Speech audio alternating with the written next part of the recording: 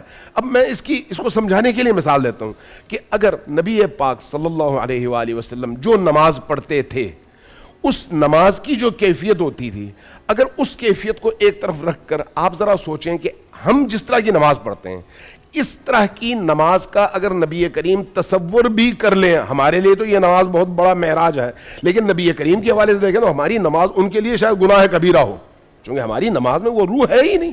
لہٰذا جیسے جیسے انسان کا مرتبہ بڑھتا ہے, شعور بڑھتا ہے, معرفت بڑھتی ہے, معنویت بڑھتی ہے, اس کی قوت ارادی میں استحکام آتا ہے, اس کی روح مضبوط سے مضبوط تر ہوتی چلی جاتی ہے. روح جتنی مضبوط ہوگی وہ اتنا ہی گناہ کے مقابلے میں پوری قوت کے ساتھ معاشرے میں کھڑا ہو جائے گا. سبحان اللہ. بول انٹرٹینمنٹ کے شوز دیکھنے کے لیے ہمارے چینل کو سبسکرائب کریں اور بیل آئیکن پر کلک کرنا نہ بھولیں.